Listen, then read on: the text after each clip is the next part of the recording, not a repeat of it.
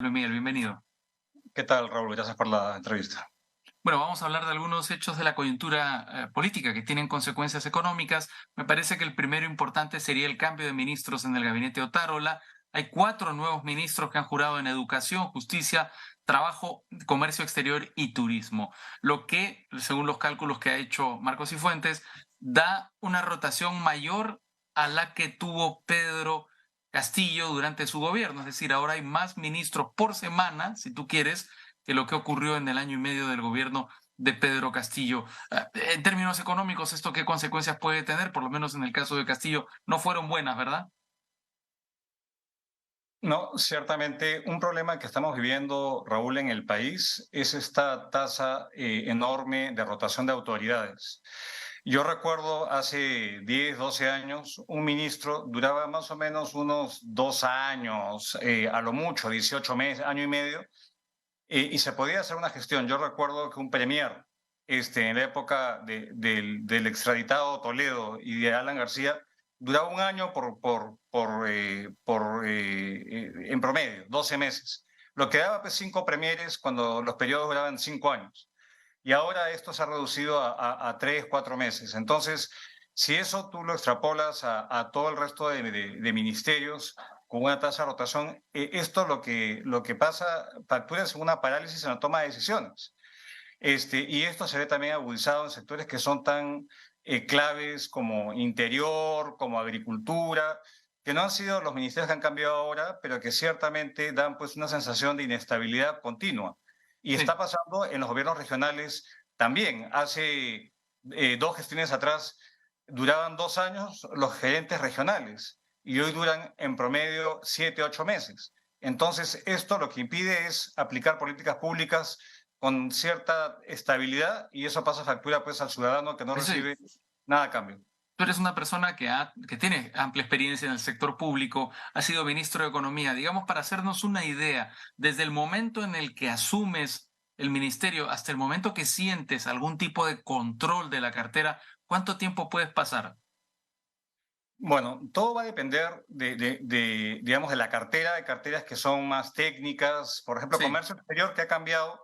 Yo diría que el cuadro, Juan Carlos Matius, es una persona del sector, conoce y probablemente su curva de aprendizaje no sea tan grande. Igual la viceministra de Educación, que venía, digamos, del sector, también es un ascenso y conozca. El problema está cuando se cambian por gente que no sabe y ahí tiene que lidiar no solamente con las presiones políticas, ya no eres un tecnócrata, eres un político, tienes que lidiar con el Congreso, tienes que buscar consistencia con los miembros del gabinete, entonces toma tiempo, toma por lo menos una curva de aprendizaje rápida de al menos 6 meses para asentarse. Y si el promedio de duración es menos de eso, entonces esto lo que hace es que ocasiona una parálisis en la toma de decisiones.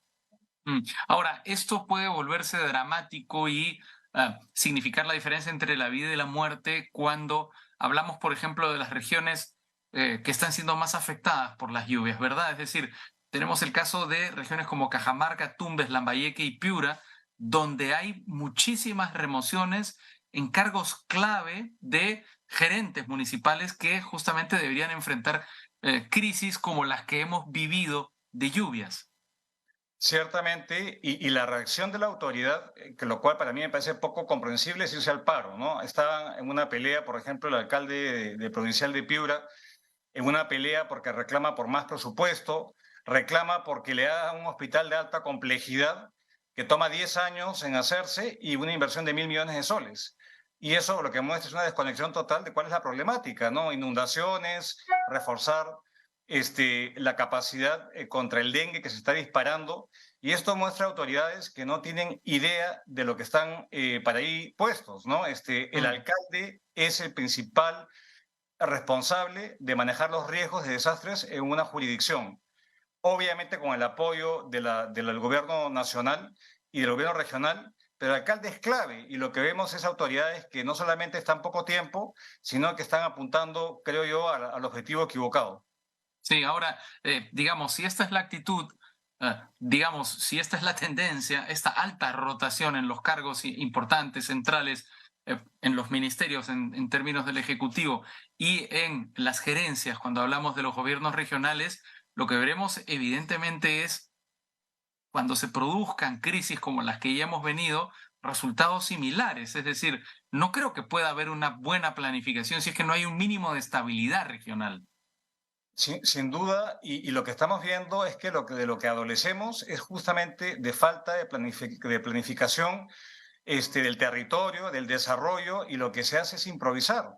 Entonces, cuando ocurren estos siniestros, y vamos, que sigue acá fuerte la anomalía de temperaturas y Sí, se viene un fenómeno global, esto pasa una factura enorme en todo tipo de sectores, pero la afectación que a mí más me preocupa es la salud pública. Venimos saliendo, Raúl, de una pandemia espantosa y se está gestando una epidemia porque lo que tienes es aguas empozadas, lo que tienes es falta de atención hospitalaria y obviamente recursos faltan, pero lo que falta es gestionarlo con claridad de cuál ya, es el norte. Y eso no está sí. ocurriendo. Bueno, ese es el gran drama del Perú, ¿no? Un país de ingresos medios con presupuestos limitados, pero que no tiene problemas de presupuesto, sino en la mayoría de los casos de ejecución de presupuesto. Acá hay un dato en una nota que incluye información de Evidenza. Lambayeque es la región que menos ha gastado en su pliego para reducir vulnerabilidad ante desastres, apenas el 4.1%. Eh, Así no se Eh, puede claramente enfrentar una emergencia climática como la que hemos vivido. Mira, el año pasado, Raúl, el MEF, incluso antes de estos fenómenos, tiene un programa presupuestal por 2.200 millones de soles, que son recursos aparte de los presupuestos que manejan los sectores y los gobiernos regionales y locales.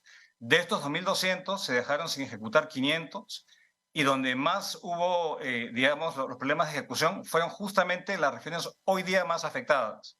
Mm. Entonces, ahora que estamos pensando en nuevas autoridades para la infraestructura, que se está poniendo, digamos, en relieve la importante urgencia de mejorar la gestión, acá esto no se puede seguir tomando a la ligera.